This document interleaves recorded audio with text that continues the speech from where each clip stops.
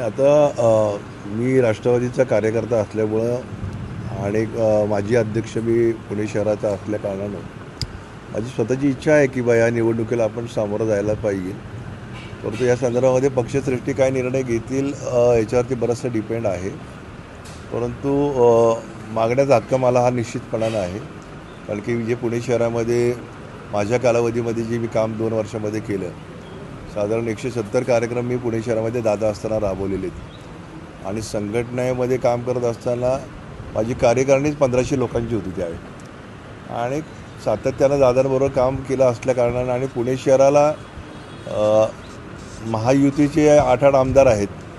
मग एक आमदार आता स्थानिक स्वराज्य संस्थेच्या माध्यमातून राष्ट्रवादीचा मिळाला पाहिजे, या दृष्टिकोनातून पक्षाने देखील विचार आपला करायला पाहिजे. इच्छुक बरेच जण असू शकतात, परंतु मी आहे एवढं नक्की.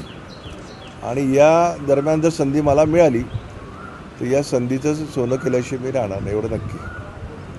अनेक जण जे विधानसभेला पराभूत झालेले आमदार आहेत ते या निमित्ताने पुन्हा एकदा आमदार होण्याचं स्वप्न बघतायत. तर नेमकं पक्षाने कुठल्या व्यक्तींना संधी द्यावी असं तुम्हाला वाटतं? बघा, पक्षाने एक भूमिका निश्चितपणे ठेवली पाहिजे की ज्यांना तुम्ही उमेदवारी दिलेली त्यांचा विचारच करायला नाही पाहिजे. सगळ्यात महत्त्वाचं म्हणजे मग तो कुठला सामान्य कार्यकर्त्याला तुम्ही संधी द्या, परंतु तेच रिपिटेशन करून तुम्ही काय पक्षाला म्हणजे वेगळी ताकद काय मिळणार आहे मला काही समजत नाही. आणि हे करत असताना मग पक्षातील कार्यकर्त्यांची नाराजी मोठ्या प्रमाणामध्ये होत असते.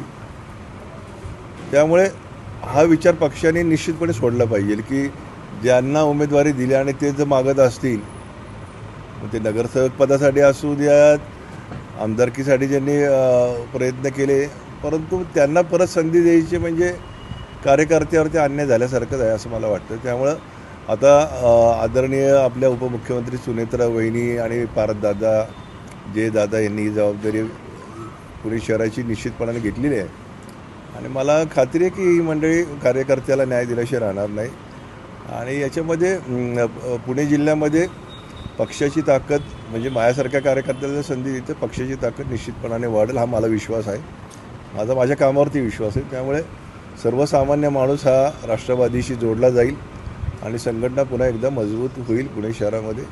आणि एक चांगलं काम म्हणजे दादांनी दाखवून दिलेल्या पाऊलवाटेवरती चालण्याचा प्रयत्न माझ्यासारखा कार्यकर्ता निश्चितपणे करेल. पुरोगामी महाराष्ट्राला एक वेगळा विचार देण्याचा प्रयत्न आपण करत असतो आणि तो विचार या माध्यमातून समाजापर्यंत पोहोचवण्याचा प्रयत्न माझा निश्चितपणे असेल. आणि संधी मिळावी ही पक्षश्रेष्ठींना विनंती माझी.